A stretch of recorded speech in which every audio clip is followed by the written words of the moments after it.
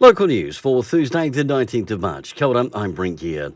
A trailer and a camper van have been found on Ocean Beach Road, both in similar locations on Tuesday. Anyone with information are asked to contact Constable Dan Gleeson on 105 or quote file number 200317 /8455. In light of the COVID-19 pandemic and the latest guidelines from the New Zealand Government, Featherston Booktown has decided to cancel the 2020 Featherston schedule for the 7th to the 10th of May. Booktown Operations Manager Mary Biggs says she's sad but grateful to the Board of Trustees for making this very hard decision. And while world attention focuses on COVID-19, Pukaha is turning its attentions closer to home, encouraging locals to visit and connect with nature and forget the worries of the world.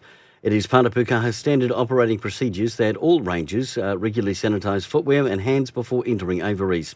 Manager Emma Court says we're also observing safe greeting practices too and have put in place the East Coast Wave, which is like this, rather than the traditional hongi greeted for our cultural tours. Give it a go. For local news, kia ora, good morning, I'm Brent Gare.